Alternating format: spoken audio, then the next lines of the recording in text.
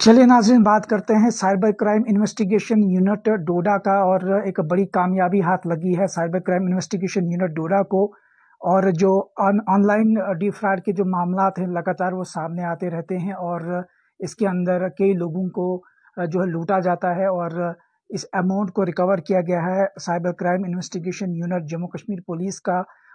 उनकी तरफ से इनको एक कामयाबी मिली है, और ये बड़ी कामयाबी है कि 1,09,898 रुपये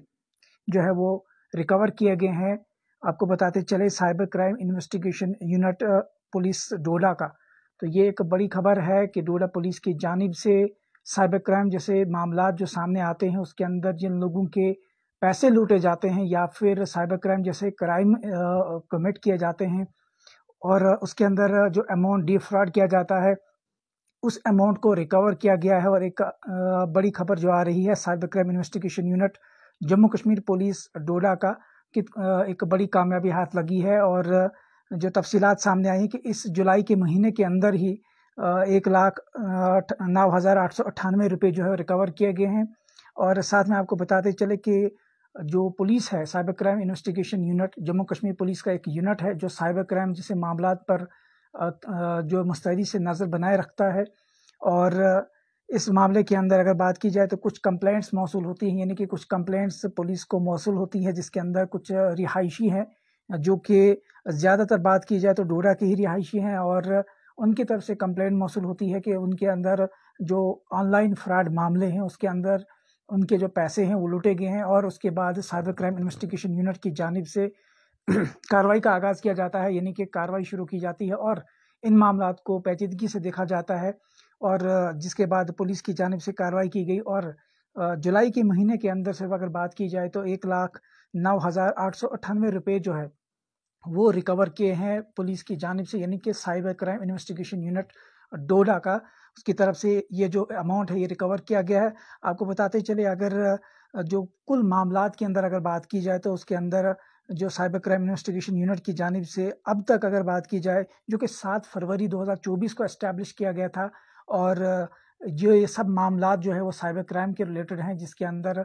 फ्रॉड, ऑनलाइन फ्रॉड हो या फिर किसी तरह का भी ऑनलाइन घोटाला हो, वेबसाइट्स रिलेटेड इश्यूज़ हों जिसके अंदर पैसों को लूटा जाता है। और ऑफर्स की बुनियाद पर या फिर प्राइजेस की बुनियाद पर या कोई भी जो आपको एक मैसेज आ जाएगा, चाहे बिजली पानी या तो कुछ भी आपको एक ऐसा मैसेज आ जाएगा जिसके अंदर आपको पैसे लूटे जाएंगे, आपके जो अमाउंट है उसको लूटने की कोशिश की जाएगी। और कई किस्म की जो ट्रिक्स है वो हैकर्स भी यूज़ करते हैं। और इसी किस्म का अगर साइबर क्राइम रिलेटेड मामलात हैं तो हमारी भी रिक्वेस्ट रहेगी कि आप नज़दीक की जो साइबर क्राइम यूनिट है वहाँ पर जाके रिपोर्ट करें। और ये जो बड़ा